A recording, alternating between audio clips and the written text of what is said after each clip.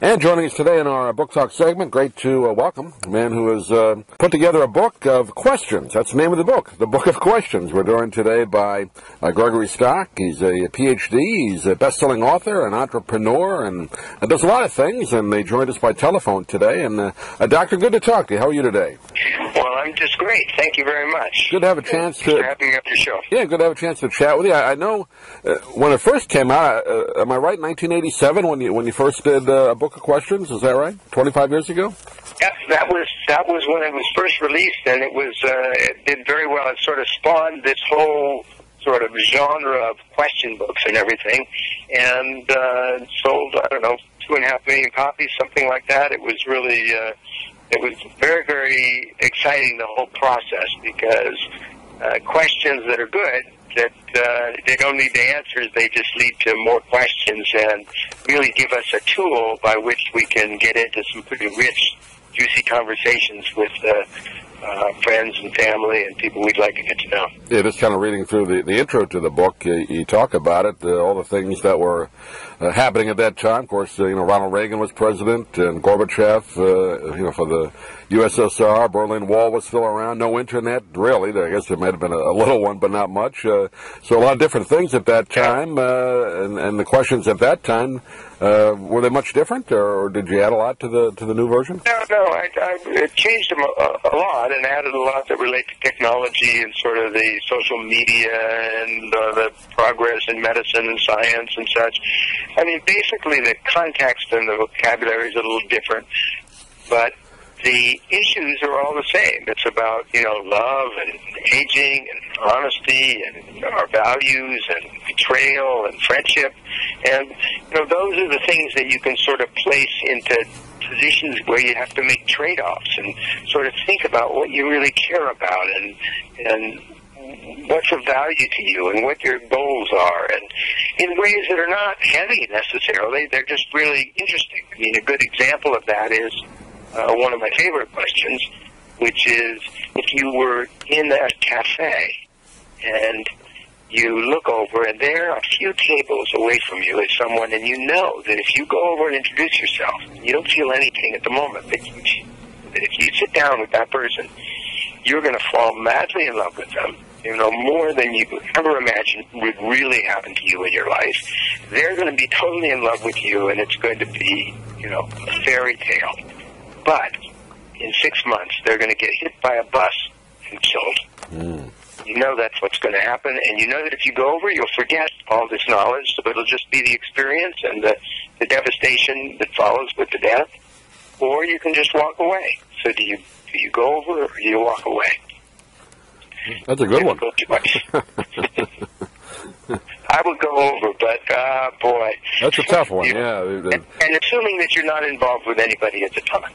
So it's not about, the conflict between an existing commitment. So you know it ahead of time what would happen to them, but once you talk to them, that knowledge goes away then. Is that the premise? Yeah, so it doesn't corrupt the experience, but you're going to go to this magical thing that is suddenly going to stop.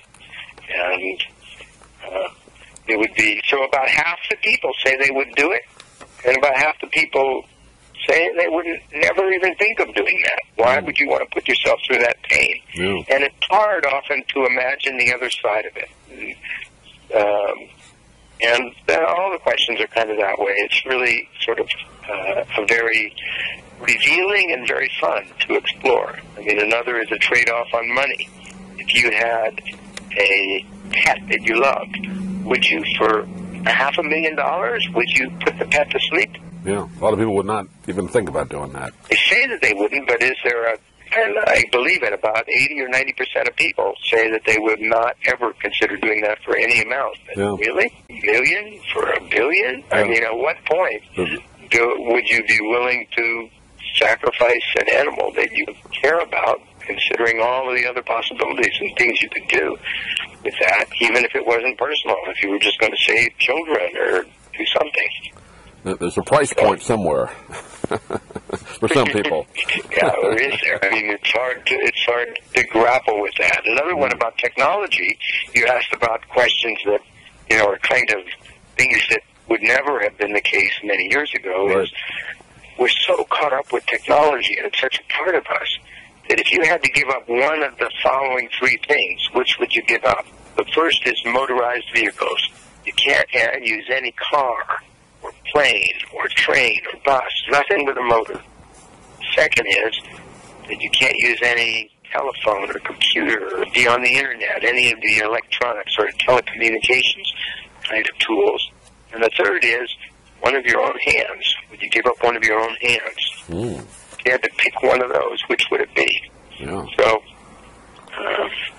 it's interesting that we would even consider giving up a hand, but many, many people say that they would actually be less handicapped by giving up a hand. Is that right? People actually said they'd give up a hand. It feels a lot about who we are and about our world today. Wow. Yeah, I'm surprised anybody would consider that. Well, how did you come up not only... Go ahead. I'm sorry, go ahead. I think about, for example, with phones and computers and telecommunications, think of all the people that you would be cut off from permanently, essentially. You would not be able to interact with. They're scattered in different places in the country. Certainly your business would not be one that you certainly have to change your profession. Oh, yeah. No question about that. What was your process, not only 25 years ago, but today, Doctor? Do you kind of just sit around and think up these scenarios? Do you talk with other people and get the ideas from them? Or what was kind of your process for doing this?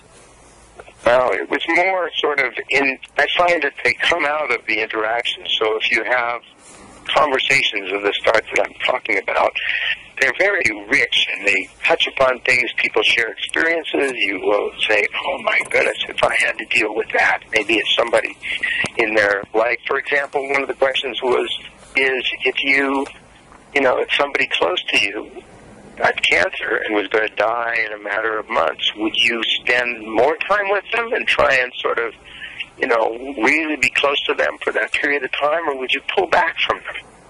And that was directly inspired by someone who was relating that very experience and how difficult it was by being around a very close friend of theirs who, was dying, and how it made them think of all sorts of things that were very, very hard to deal with. So, they come out of experiences that other people have and things that are just, dilemmas that trade off all of these sorts of issues about love and about things, relationship with family. What if you're forced to choose between somebody you love or your family, because they're going to disinherit you and they're never going to talk to you again if you marry somebody? Right. Yeah. What would your choice be? So it's things of that sort, and it's really interesting how much these are just kind of starting points that then you head off in different directions that relate to you and individuals, and you learn a lot about yourself and about other people. Have you gotten over the years, Doctor, a lot of people sending you answers to these that have read the book and then say, I want to send you the answer to some of these questions? I'm sure you get a lot of that, right? Well, they send their answers and they'll send questions as well. I created a website that's thebookofquestions.com, where people can interact about the questions and comment about each other's. We just put that live, and also some polling about how people would respond to different things. I've gotten letters. This is one of the most gratifying things I've ever done in my life, because I'll get letters from people saying that they got married because they picked up a copy of the book and started interacting with somebody in a bar. Wow, or whatever. That's great. Suddenly, there was a connection there. There was a very deep one, and it's kind of, I shouldn't get credit for that. It's them, but nonetheless, they thanked me, and it was very gratifying. Well, I think, like you said, in the age now where people communicate, in my opinion, probably too much through email and chatting and all that stuff online. It's good to have people talking to each other again. And I think this kind of spurs that on a little bit. Maybe brings that back. Yeah, we still have to spend time in cars. We spend time with each other, and it's so easy to get distracted in conversations. And it's not like you can't carry these things online, but that sort of penetrating interactions with people that we care about, if it's family or potential friends or real friends in the evening, is just exhilarating, or can be. Yeah.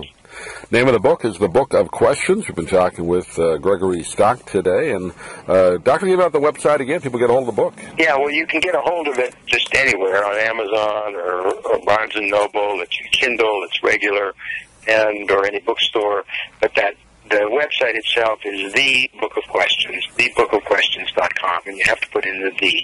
Because the other one was already taken, I think, somewhere. Well, Doctor, a pleasure to talk to you for a few minutes. I know it's going to continue to sell very well, and keep coming up with those questions, and we'll talk to you again when the next version comes out. Oh, that would be great. So thanks a lot. I enjoyed it.